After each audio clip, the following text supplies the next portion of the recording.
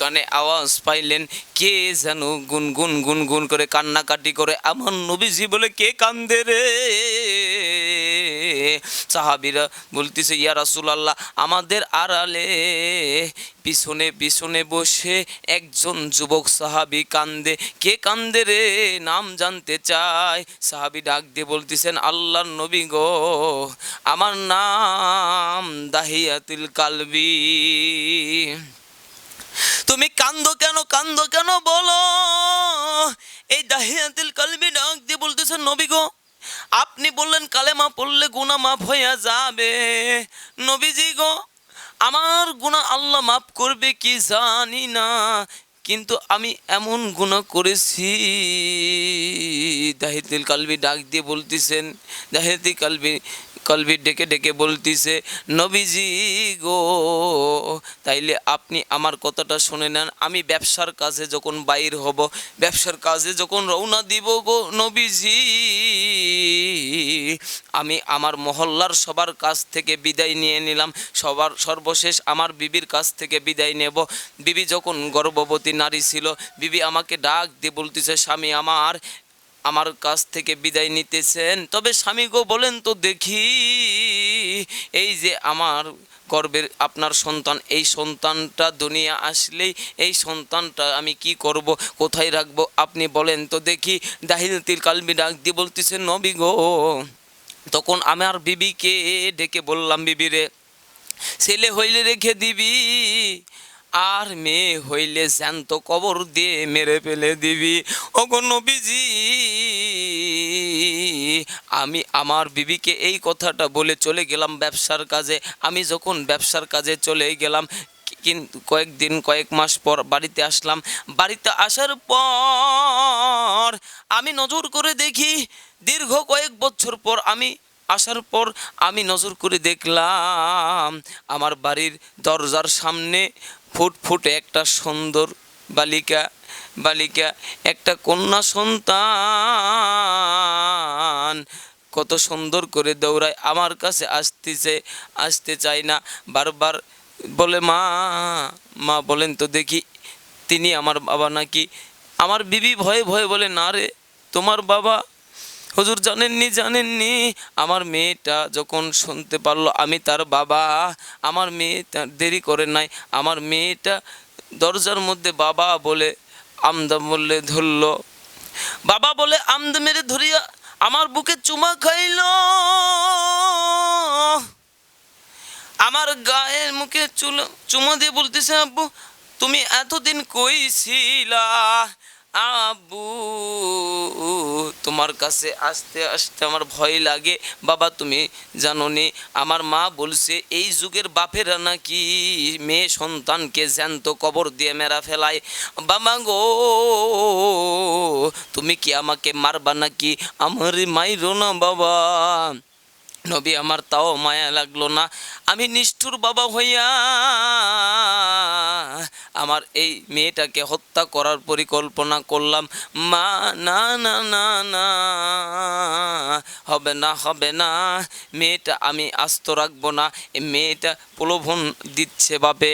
এ বাজান সবার দিল তো নরম হবে না, যার চোখের পানি পড়বে আমার বন্ধুগণ মনে করে নেবেন আমার আল্লাহ মহাব্বুব বান্দা হিসাবে কবুল করে নিয়েছে। কান্না না আসলো কান্নার ভান ধরবেন, একটা ফোঁটা চোখের পানি দেখেন আপনি ফেলাইতে পারেন কি না? আমার বন্ধুগণ আমার ভাইরা রে, কি আছে যার কারণে বিপদগামী হয়েছে? এখনও তওবা রাস্তায় আসো না। এ মহরম এরপরও তুমি কেন ভালো হওয়ার নিয়ত করলা না? এই তো আর কিছুদিন পর 16 ডিসেম্বর আসবে, 5 তারিখে বিজয় ভাইয়ের ওয়াজ মাহফিল। আপনারা আকুল আবেদন, আপনারা সকলে সহযোগিতা করবেন, বিজয় ভাইকে সহযোগিতা করবেন। আপনারা ইনশাল্লাহ বিজয় ইসলামিয়া মাদ্রাসাতে সম্পর্ক রাখবেন, আপনারা বিশেষ লোক হিসাবে আপনারা থাকবেন। সারাদিন কথা বললাম না, সন্ধ্যাবেলায় যখন রাত্রিবেলায় আমি যখন সিদ্ধান্ত নিলাম সকাল হইলে আমার মেয়েটাকে নিয়ে চলে যাব, আমি মরুভূমির বিরাট বড় একটা গর্ত খনন করব, এই গর্তের ভিতরে এই মেয়েটাকে আমি ধাক্কা দিয়ে ফেলাইয়া পাথর চাপা ফেলে মেরে ফেলবো। হুজুর জানেননি এই কথাটা বলতে না বলতেই আমার মেয়েটা দৌড়া এসে বলতেছে, আমদান মেরে ধরলো, আব্বু গো, আব্বু গো, আব্বু। আমি যখন আমার বিবিরে বললাম, বিবিরে এটা কার মেয়ে? আমার বিবি ডাক দিয়ে বলতেছে, স্বামী গো, এটা আর আপনার আমার মেয়ে। এই তোমারে না বলছি তুমি মেয়ে হইলে মারে ফেলে দিবা, তুমি রেখে দিছো।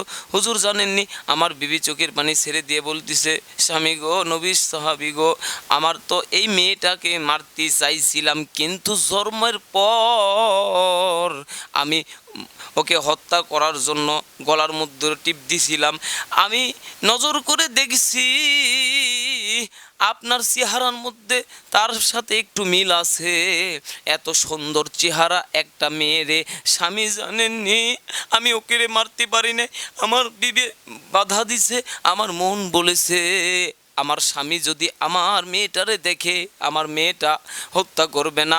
স্বামী আমার এত সৌন্দর্য চেহারা দেখে আমি আমার মেয়েটার নাম রেখে দিছি জামিলা। এটা আমার আপনার জামিলা, এই জামিলারে আপনি আমি মারতে পারি নাই। হুজুর জানেননি তাও আমার মায়া লাগে না। আমি সিদ্ধান্ত নিয়েছিলাম আমি জামিলারে হত্যা করে যাব। হুজুর জানেননি সকালবেলা আমি আমার স্ত্রীকে অবলা সরলা স্ত্রীকে আমি ভুলভাল বুঝাইয়া আমি বিবিরে আমার জামিলারে সাজাইয়া দাও। অনেক দিন বিদেশে ছিলাম, বন্ধুর বাড়িতে দাওয়াত খেয়ে নিয়ে যাব। হুজুর জানেননি তাও দাওয়াত খাওয়ার কথা শোনা আমার মেয়েটা দৌড়াইয়া আইসা তার মেয়েকে ডাক দিয়ে বলতেছেন, মাগো তুমি না বলছিলা এই যুগের বাপেরা নাকি ভালো না, মাইরা ফেলায়, আমার বাবা কত ভালো, আমাকে দাওয়াত খাইয়ে নিয়ে যাবে। হুজুর তাও আমার মায়া লাগে নাই। আমি আমার মেয়েটাকে ডাক দিয়ে বলতেছেন, আমার জামিলারে সাজাইয়া দাও।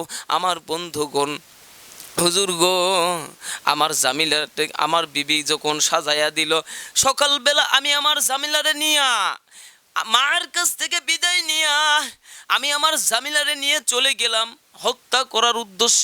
আমার জামিলা যায় যায় যায় আর ডেকে ডেকে বলতেছে, আর কত দূর, আর কত দূর। আমার জামিলা যখন তার মার চোখের আড়াল হয়ে গেল, আমি নিদয় বাবা হইয়া আমার জামিলারে আমি ধাক্কা দিয়ে মেরে দিলাম।